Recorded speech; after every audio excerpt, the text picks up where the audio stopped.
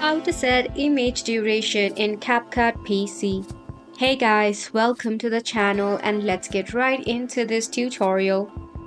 To manage the image duration in your CapCut PC, open up your CapCut application first and foremost.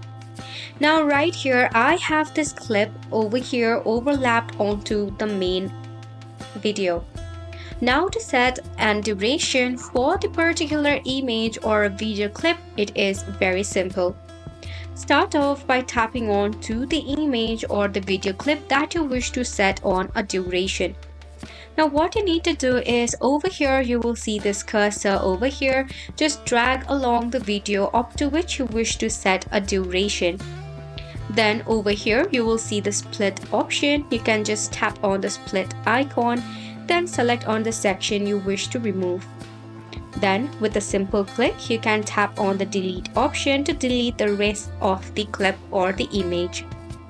Now if you wish to adjust more, you can just drag in or out the image, something like this, to adjust the time duration, or you can relocate it by just dragging along the original video.